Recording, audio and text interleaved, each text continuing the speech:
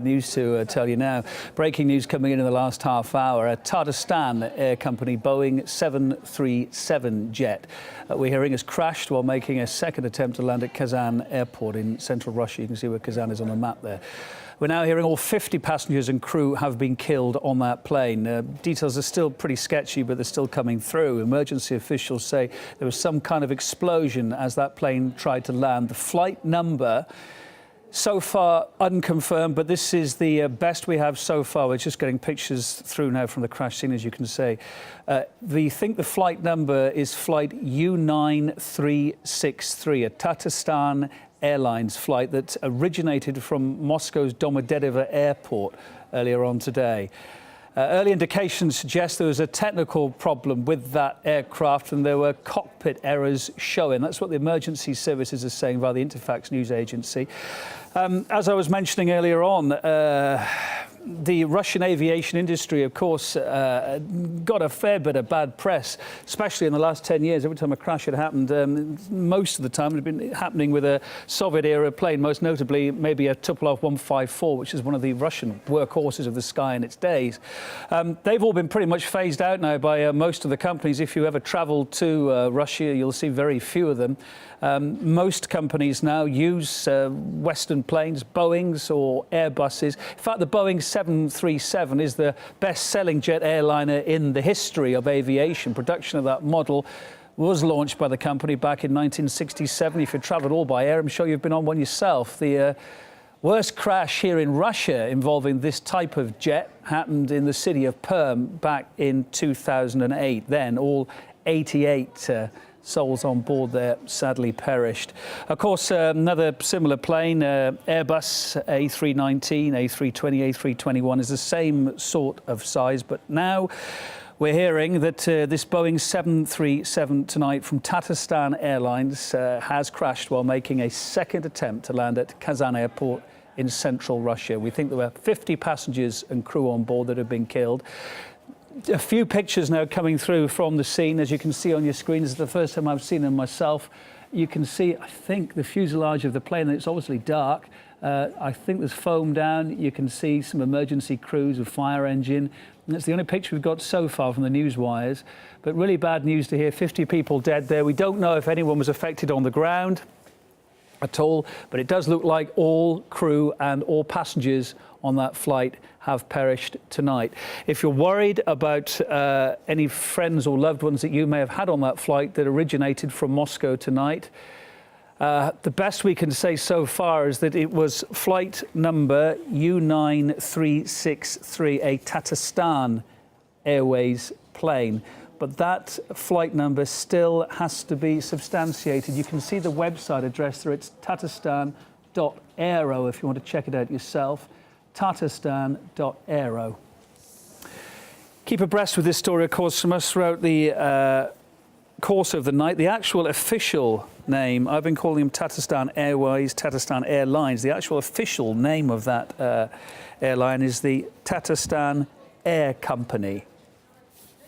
Now, emergency officials say there was an explosion as flight U9363 tried to land, and they're saying there was a technical problem with that aircraft as it was coming into land. We think it could have been showing some cockpit errors, maybe the wrong height, maybe the wrong speed. We don't know that. I'm just saying that. That's all we've got through so far. We've got a new update now.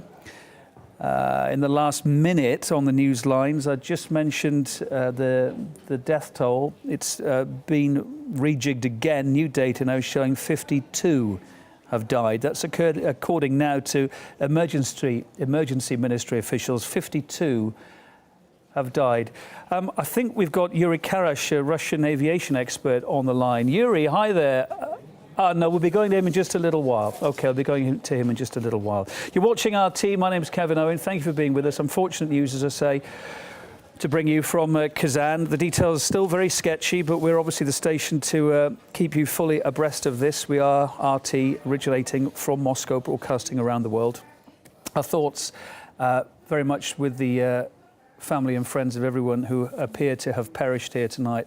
Now, I'm just hearing we do have Yuri Karash, Russian aviation expert, on the line now. Yuri, hi there. Thanks for coming on the line at really short notice. It's Kevin Owen you're talking to. Hi there. From what we know, any idea of what could have caused the crash? I'm reporting that there was some technical problem. The emergency services are saying, very early days this of course, but they're saying that there were cockpit errors. I mean, that leaves it very wide open though, doesn't it, of course?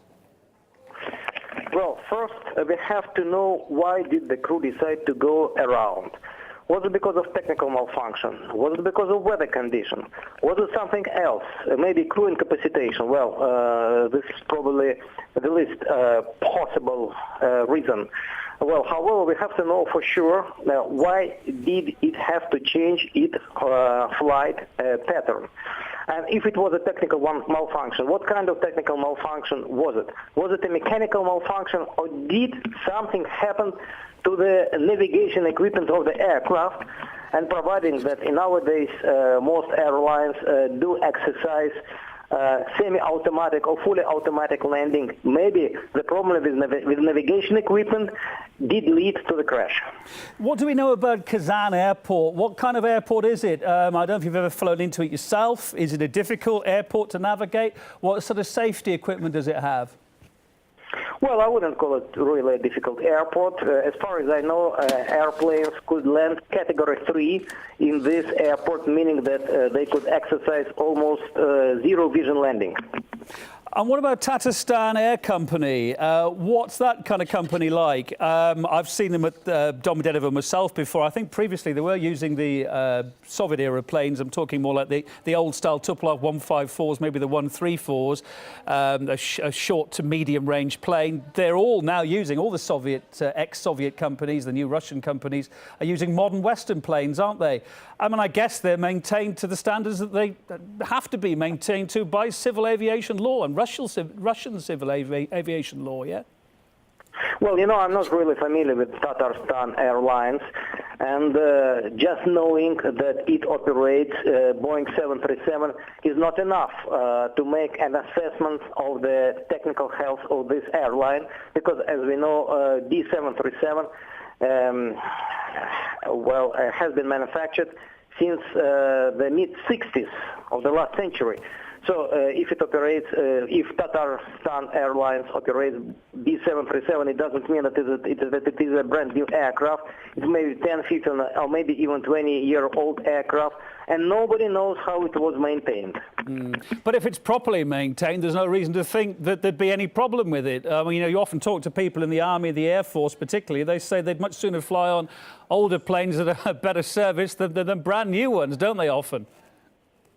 Well, you know, there is Murphy's Law. If anything can go wrong, it will. And unfortunately, sometimes it happens to civil aircraft as well. Well, however, we can only hope that the aircraft was properly maintained. And probably it was, but we have to wait for the results of the investigation. I mean, it's all early days, this, and it's just assumptions that we're talking about because, you know, the details are still coming through. Again, I say, you know, our thoughts very much with the family, friends and loved ones of everyone who appears to have perished here tonight. Absolutely. You talked about a Category 3. To the uninitiated, especially me, what does that mean when you're talking about a Category 3 landing? And we don't know what the weather was like there. Category 1, Category 2, and Category 3. And Category 3 means that the aircraft does exercise a fully automatic landing without any... Yes, hello? Hello, yes, we can still hear you.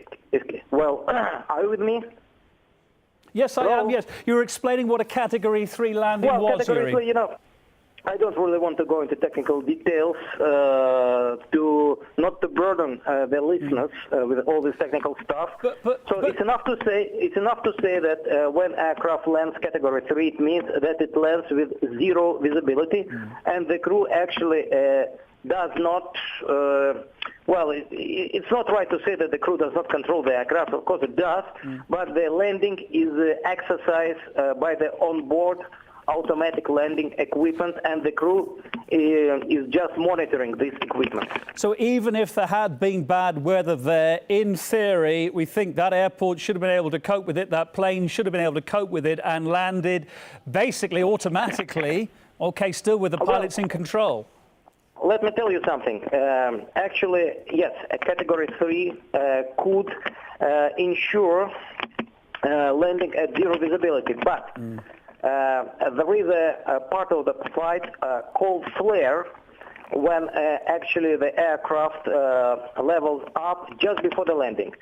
So when the aircraft is about to land, the crew has to monitor very carefully the indications of the onboard equipment. So, and if for some reason they see indication no flare, they should immediately exercise go-around procedure, otherwise they will crash land. Well, as you've been talking, Yuri, you know, as the news has been coming in about this over the last 40 minutes or so, first of all, we heard there were 2 attempted landings. Now, Russian aviation officials are saying there were 3 attempts to land. Now, we don't know why this would have been, but surely it should raise some alarm bells. Surely if there's been 1 attempted touchdown, 2 attempted touchdowns, then we're talking about 3. Is that normal? It doesn't make any sense. You know, when I was flying, if I didn't, for some reason, if I didn't succeed twice, I would certainly go to another airport. And the aircraft should have enough fuel on board to go to the other airport, okay? So for me, it doesn't really make sense why the aircraft was making 3 attempts to land. And moreover, I just heard on the news that the aircraft did in fact try to land only once. There was only 1 landing attempt. So the information is very confusing at this point. Absolutely. Very confusing and contradictory. And we're hearing again, those poor souls that have perished tonight, 46 passengers, we think, on board, 6 crew, that's a total of 52 who we believe have died in this crash. No mention of anyone maybe on the ground that may have been caught up in this, because we think the crash took place at the airport rather than within the city itself. Could you just tell us, for people unfamiliar, where Kazan City Airport is? Is it close to the city? I mean, is it close to a built-up area or not? Do you know? No, well, not really. I think it's about maybe 10-15 kilometers from the city, so it's actually it's beyond the city's outskirts. So I don't think that the people living in the city were in any danger. And when they talk about 6 crew being on board, I guess that would have been the standard configuration with this kind of plane with, I guess, a pilot, a co-pilot, no navigator, because it's a modern plane, and 4 stewardesses, yeah?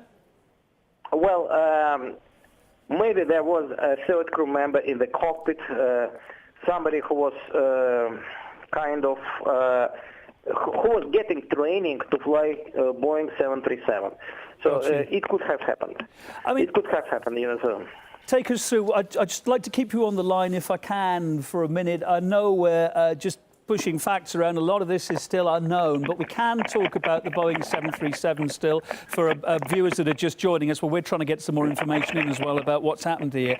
The 737, inherently, we've called it the workhorse of the skies, but it really is, isn't it? I mean, at any one time, there are at least 1,200 of these planes in the sky.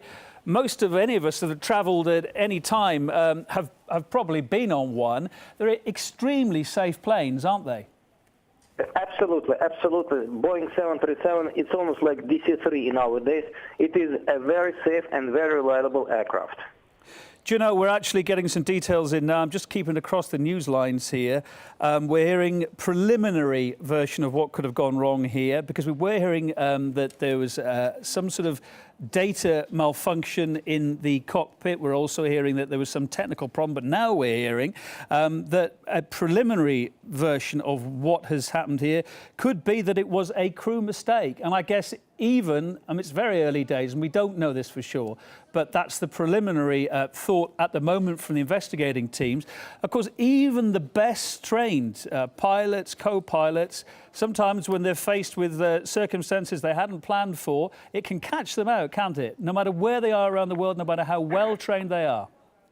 Yes, absolutely. And according to the world statistics, 50% of the aircraft incidents happened because of the human error. Unfortunately, in Russia, it raises up to 80% once in a while. Well, sometimes. Because besides, you have to understand that there is no such thing as a homogeneous Russian civil aviation. There are airlines like Aeroflot, which is among the 50 safest airlines in the world. There is Transfire, which is also a fairly good airline. There is S7, and then there are dozens, if not hundreds, of smaller airlines, and nobody knows how well do they maintain their fleet. Surely there's surely the Russian aviation authorities, we know they've got strict controls in place. These airlines are monitored. Surely not. I mean, Tatarstan Airlines is a very well-known airline. Well, I certainly hope that the aircraft was well maintained, and then unfortunately I will have to assume that there was some mistake made by my colleagues. Talking in the past, as we're looking at the pictures, we've got very few pictures coming through. Yuri, please stay with us if you would. Just looking at the picture on the screen now, the first one we've got through, we're seeing what appears to be in the darkness there. I think it's a little bit of the fuselage of the plane. It doesn't look like, again, from the little bit I can see, and viewers at home, you're seeing what I'm seeing. It doesn't look like there's been a severe fire, but I may be very wrong. That might just be a part of it that's separated away. You're seeing the fire crews there. You're seeing foam on what I think is the runway. We don't even know if it's crash landed on the runway or veered off it. Again, looking at those pictures, what could have been done, do you think? Is there anything that the rescue teams could have been done when you're faced with something like that? There's very little you can do end of the day, Yuri, is there? I mean, a plane crashes, OK, they can come there to put the fire out as quickly as possible, but it's all down to, if there are any survivors on a plane, it's all down to getting them off as quickly as possible. I suppose that's when the rescue and the fire crews really swing into action, isn't it? Absolutely, and as far as I can see, there was no neither big fire nor explosion on board the aircraft. Although when there is a fuel spillage, you may always assume that there will be fire. But thank God, apparently it was not the case with B737, which crashed in Kazan. Although unfortunately, it would not really make any difference because all on board perished anyway. Yeah, we're saying that there were 46 passengers there, 6 crew. Of course, the only tiny saving grace here, and it is a very small saving grace, is that, of course, there were no more passengers on there because a Boeing 737 could take, what, 100 or more passengers, couldn't it, if it's full? Of course it could. Well, it depends on the modifications. Some of Boeing 737 modifications could accommodate up to 200 passengers. Yeah. But I don't. But you know, these are the most advanced and the newest models of Boeing 737, so I don't think that Tatarstan Airlines operated such versions of B737. So it was probably somewhere in between. Maybe it was an aircraft designed to carry 120 or 140 passengers, not more. Got you. Yuri, we're ever so grateful for you coming on the line. Sorry we only seem to speak to you when there's a disaster happening, as appears to be unfolding tonight there in Kazan Airport. Thank you very much for your time. Yuri Karash, aviation expert.